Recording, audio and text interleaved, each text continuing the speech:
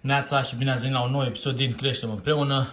Eu acum am terminat cardio pe stomac gol, am făcut 20 de minute de bicicletă, puls undeva la 110-115 l-am ținut eu. Între timp am fiert orezul, îl opresc acum, am făcut carnea la friptoza cu aer cald, deci am pregătit masa numărul 2. O să pregătesc și masa numărul 1, care o să vă arăt imediat. Gata, haideți să vă explic. Întâi vă arăt. Cam așa este tot conținutul și după vă explic ce este aici. Am folosit crema asta de orez, am folosit-o pe aceasta, am luat-o din Carrefour pentru că am terminat crema pe care o consum de pe Vitabolic. După cum știți, tot ce consum este de pe Vitabolic. Am și codul de reducere Vladu VTB pentru cine dorește, pentru 10% reducere. Asta ca și preț ești mult mai scump, este 20 de lei o cutie și are 250 de grame. De pe Vitabolic 38 de lei 1 kg. Eu folosesc 120 de grame la masă, așa că din asta țin doar 2 zile, deci foarte convenabil să o iau pe aia de pe Vitabolic, dar am rămas fără și clar am cumpărat-o pe asta. Am folosit ca și sursă de grăsimi 20 de grame de nuci pecan, 100 de grame de fructe congelate, astea de aici, astea sunt nucile, asta este crema de orez și asta de aici este proteina. Asta de pe Vitabolic, Whey Trilogy, este îndulcită cu stevie și o să mai adaug și o banană la masa asta. Deci la masa asta o să fie o banană, 20 de grame de nuci pecan, 120 de grame de cremă de orez, o cupă de proteină și 100 de grame de fructe congelate. Între timp, ăsta e orezul, l-am pus aici la strecurat. Folosesc orezul ăsta de la Scotty, colosal, le-am încercat pe toate, ăsta mi se pare cel mai ok și cel mai convenabil. Așa că haideți pe ele. Tudor, tati, a? Mamă, ce șmecher ești. Ce șmecher e băiatul lui tati. Și tati pleacă la serviciu. Te scoate tati imediat afară. Nu veni să-mi dai aia, dar prea frumos era. Veni să vă arăt că mi-am schimbat și nu am cine știe ce bicicletă. Am bicicleta asta, nu știu, undeva la 700 de lei. Cred, dar eu am luat-o de pe OLX folosită, deci eu am dat 350 de lei pe ea. Dar mi-am cumpărat șaua asta, este cu gel, pentru că șaua pe care o avea nu-mi plăcea. Nu era foarte confortabilă și pe asta am dat 90 de lei, am luat-o din Dedeman. Dunlop. Este foarte bună. Stai liniștit aici, Brownie, da? Liniștește-te. Ia uite-l.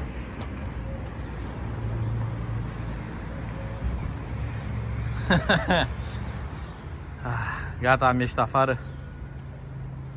Foarte frumos afară. Da, să știți, este răcoare. Ia uite, scot aburi. Unde te duci la boschetare? Vino cu haideți că o iau așa la pas, repriza 2 de cardio.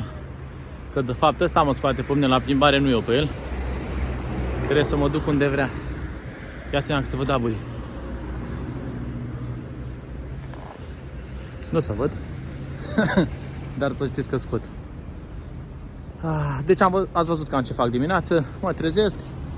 Îmi beau suplimentele pe stomac gol înainte de cardio, 10 grame de glutamină, 10 grame de aminoacizi esențiali, 5 grame de BCAA și o cupă de Superfood Greens and More și mai storc și o lămâie acolo, 400 de ml de apă folosesc, după care 20 de minute de bicicletă și după îmi pregătesc mesele și așa mai departe, mă îmbrac, fac bagajul, scot cățelul, mă duc, îl duc acasă și am plecat la serviciu.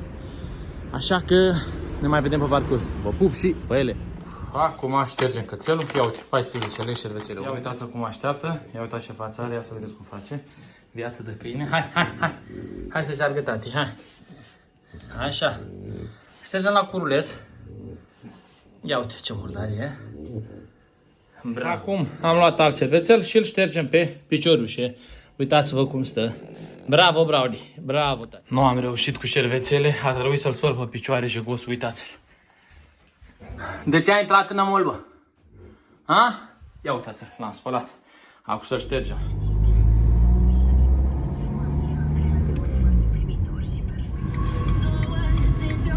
Băi, după cum știți, băiatul lucrează la Pirelli, face în stânga acum imediat să nu ne calce ăsta.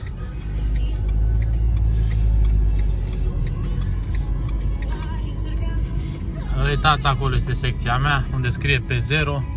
Acolo este motorsportul. Da? Deci toate anvelopele de Formula 1 pe care le vedeți la televizor, de fapt toate anvelopele care se folosesc, care se fac în România la Slatina. și fratele vostru este responsabil pe îmbunătățire proces. Gata, am parcat. Ia uitați parcarea. Și mergem în secție. Hai că mi-era dor să filmez, să vorbesc cu telefonul. De fapt nu vorbesc cu telefonul, vorbesc cu voi. Rupem ziua asta. Asta este zona de relaxare. Aici am eu birou fix aici la primul geam. Acolo frumușel, e un open space mai mare. Și aici este zona de relax. Ial! Frig afară, dar frumos, nu? A? Nu-ți place frigul? Uite. Ce rupem. Pentru toate... Nimic. Era o glumiță proastă. Băi, după cum știți, fratele vostru are tutcă pusă la vânzare, așa că am primit un colet și acum îl pregătesc. Haideți să vă arăt și vouă. Am făcut frumos cutia, am lipit AVB-ul aici, am folosit o bandă dublu adezivă. Acum băgăm produsul, tutcă, ia uite ce frumos M pe ele. Este un protector de ficat cel mai bun. Vine frumos în cutiuță, pac, așa. Ia să vedem și factura. Laurențiu. Asta nu, asta este altceva. Pac, asta este factura. Ia uite-o. Ia uite-o cum intră. Pac, frumos. Și bonus, 2 bombonele. Cadou. Au venit aici. Acum închidem, sigilăm frumos. Vine curierul, ridică și mare expediere ce-i dăm. Vladu a plecat la pauza de masă. Mamă, mi-am pus ochelarii ăștia sper șmecher la ochi. Mă duc să-mi duc coletul, pentru că m-a sunat curierul să ridice coletul, sediul l-am la mine acasă. Așa că las coletul, scot cățelul afară, mă apuc, mănânc, mai pregătesc încă 2 mese și ne întoarcem la serviciu. Haide, vă pupă Vlăduțu. Bau. Am uitat că nu mai am piept de pui.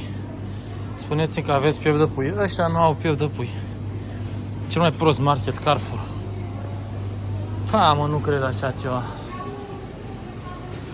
Piept de pui. Am găsit mușchiulezi în piept de pui. Piept de pui. Mamă, gata. Gata, că eram în depresie dacă nu găseam. Ăsta am 650 de grame. Am dat cu prețul jos. Unde e prețul? Sta să punem prețul înapoi. Uitați-vă la asta. Așa rămâne într-un loc și miroase ca tâmpitul. Băi, hei! Te-am scos să te plimbi. Pleacă n-ai văd cine bunuri. Hai, dă drum de aici. Plimbă-te. Îți dau un șut în cur. Ia uitați-l ce a fugit. Ia uite. Gata, fratele vostru a ajuns de la plimbarea cu cățelușul. Între timp am primit și un colet de la Vitabolic. Haideți să vedem ce neavă este în el, pentru că nu-mi mai amintesc ce am comandat. Haideți să vedem. Mare cuțit. Așa. Să vedem ce e aici, că nu mai mi-amintesc, sincer, vă spun ce am comandat. Nu mare lucru. Am comandat o proteină de asta mare, ia uite, găleată. Așa că o să fac pe cineva fericit, pentru că am colegi care își doresc borcanele astea ale mele. De obicei nu am de-astea, dar acum am văzut proteina asta Trilogy, care lipsește varianta de 2 kg, dar am găsit-o la 4 kg. 440 de lei fără codul de reducere, 4 kg, ceea ce înseamnă 300... Cât înseamnă? 440, 396, nu știu, ceva de genul. Ieșiți foarte, foarte bine la bani, pentru că 4 kg sunt 440 de lei, aplicați și 10% discount și o să vină o reducere de 44 de lei. Așa că cade foarte bine prețul per kilogram. Vă sfătuiesc să intrați, să o comandați. Este una foarte bună. Are proteină hidrolizată, proteină izolată și proteină whey. Așa că toate 3 într-una, asta înseamnă Trilogy. Comandați-o, profitați de codul de reducere și reducerea destul de mare pentru cantitatea asta. Mare piept de pui. Așa. Avem cântarul aici, pornim cântărelul. Fiți atenți cum să faci. Pac, pac, pac, pac. Da? O să fac carne pentru 2 mese, ceea ce înseamnă 240 de grame, pentru că folosesc doar 120 de grame de piept de pui pe masă. am proteina scăzută, așa că, haideți să vedem, 230 și mai tăiem puțin din asta. 242 la țanc. Fiți atenți cât de ușor e, nu știu dacă se vede de acolo, încerc să se vadă. Bucata de piept de pui, da? Vă învăț cum să faceți. O linie adâncă, așa cât să nu tăiem de tot pe jumătate. S-a făcut așa, s-a pizdificat se numește, da? Și acum, țineți de partea asta și cu partea asta, ia fiți atenți. Frumos așa, ia uitați. Când ajungeți la bază, pac, îl dați peste cap. Tăiem iar. Pac, pac. Cam atât pe partea asta, întoarcem pe partea aia rămasă. Stai de că mă concentrez. Dar nu este ușor. Pac, pac. Ia uite, tragem câteva linii așa și vă arată băiatul acum ce piept de pui frumos am scos. Ce ziceți? Nice. Deschidem aici, îl punem frumos pe grătarul de la friptoza asta cu aer cald. Pac. Punem și bucățica asta extra. Frumos. Ne ștergem pe mâini.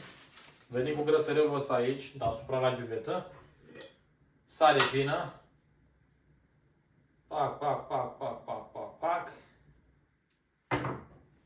Ia uite. Start. 20 de minute la 200 de grade.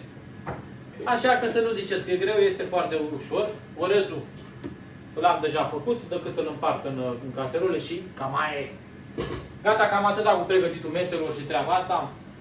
O să îmi fac mesele, le pun frumos în biozănel, m-am dus la serviciu.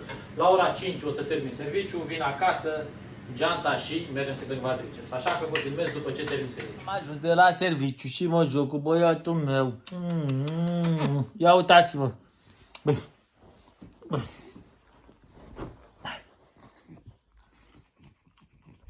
Mă iubește că e frică că îl mușcă.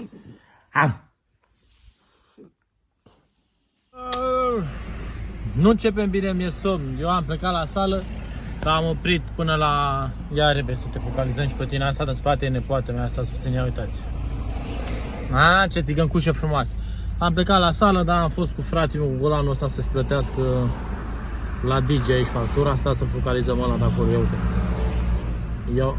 Ia uite-l. Și gata, acum mergem la sală. Hai pe ele.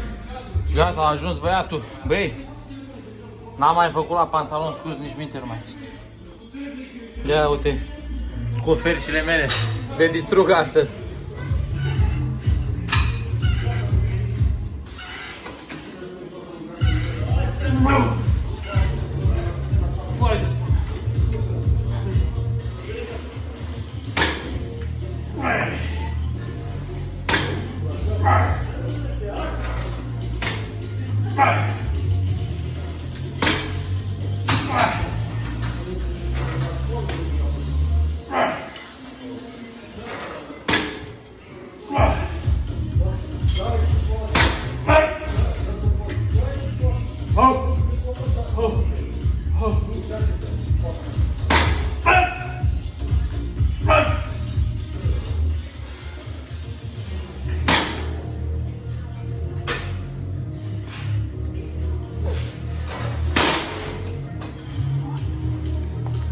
Speriem să mă joc, nu știu că face foarte. Băi, am dat două aparate, după cum ați văzut. Aparatul numărul 2 a fost presa de la, cred că Life Fitness este. Dar m-a distrus, mi s-au rușit urechile. Ia să vedem. Ia uitați pe ele. Nu o să mai vede nimic.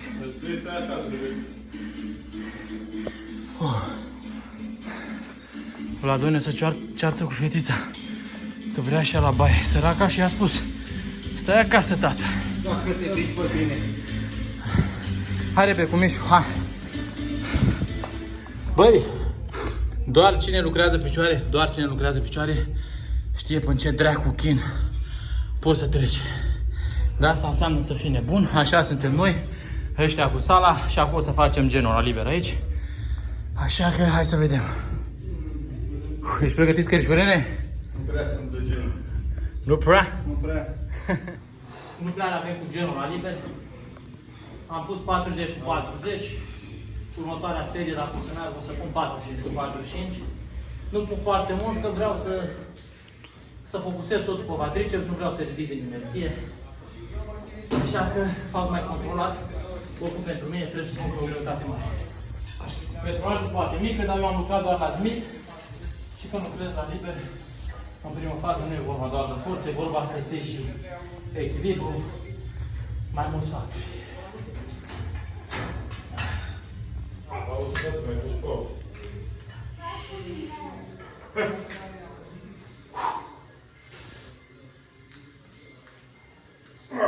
Bine.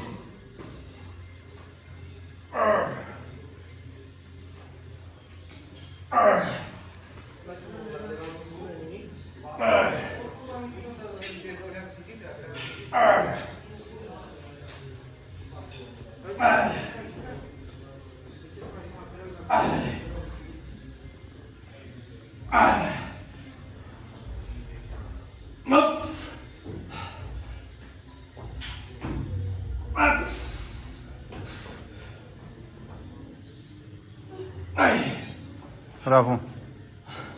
Mai mergea. Dar n-am 12 singur n-a tras, la următoarea mai bag 5 cu 5 a mers. Băi, fiți atenți, am intrat în ultima încăpere, că avem o presă aici pe care vrem să o băgăm. Și uitați-vă și voi. Beznă, stai să opresc blițul. Ia vedeți, doar lumina de la telefoane. În rest e beznă, beznă. Dă-i piept aici, Vladule, la bliț. Da? Peisajul ăsta te duce cuvântul și la alte chestii. Noroc că sunt natural în perioada asta. Că dacă eram o treabă pe ele, cum s-ar zice, nu mă vedeam bine. Ia filmează sănătate. Toată lumea pe blițuri. Muzica bună. Așa.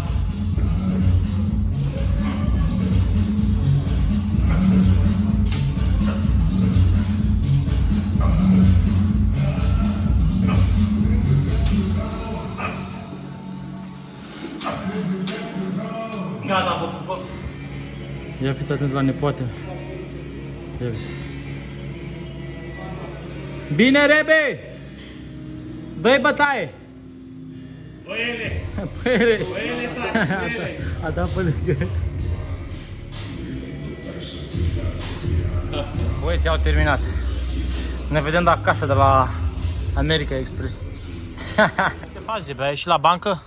Hai, în 5 minute. Gen, mai stai pe telefon, nu? Ai pizza lângă tine? Haide, bă, să mă lăsați la frizerie. Ai apa lângă tine? Văd eu cu ce voi veni acasă. Hai că Vlad o las la frizerie. Îl păcuși pe ăla cu japca, a? Da. Îmi ba pula. Îl minți că m-a programat. Păi eu mă turnai, lua și tare. Hai, coata. Hai, Rebe, că stai altă dată la șmecherie. Hai, pa. Hai, ceau, scărișorene. Ia uite. Ia stai, Rebe. Așa, gata, noi ne-am oprit la Carrefour. Am primit o listă de cumpărături și am venit doar eu cu nepoata mea, după o duc acasă.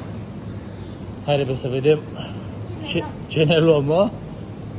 Haide. Hei, tati, Brownie. Băi, unde te uiți? Nu ți-a pus tati acolo cărniță? Pierdă pui peste bobițe? Ai mâncat doar cărnița? De ce ai mâncat doar cărnița? Spune de ce. Orez, masa 5 cu piept de pui, fără nicio sursă de grăsimi, trebuia să fie 50 de grame de brocoli, dar nu mai am. Și aici avem ardei umplut, arată bine, cu o salată de vinete, cu un suc de rodi, cu pâine făcută din cartofi. Ce să mai avem poftă la orez. Băi, eu am mâncat și acum am ieșit cu jigodia asta care se pișe pe mașină.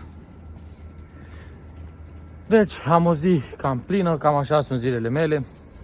Deci se poate și cu serviciu, și cu sală, și cu câine, și cu nevastă, și cu cumpărături, și cu de toate. Deci trebuie doar să vreți. Eu acum o să plimb cățelul undeva la 20 de minute. După mă duc, îmi fac un duș și mă bag și eu repede la America Express, că îmi place. Mă pun cu nevasta în pat și ne uităm la televizor. După 2 ore jumătate o să mai mănânc și masa numărul 6. Masa numărul 6 constă în 60 de grame de fulgi de ovăz, o cupă de proteină și 30 de grame de nuci pecan. Simplu de făcut, o savurăm, stăm o oră și dormim. Mâine o luăm de la capăt. Vă pup! Și cam cu peisajul ăsta terminăm. Ăsta are pătuțul lui, dar șuricarul stă în pat.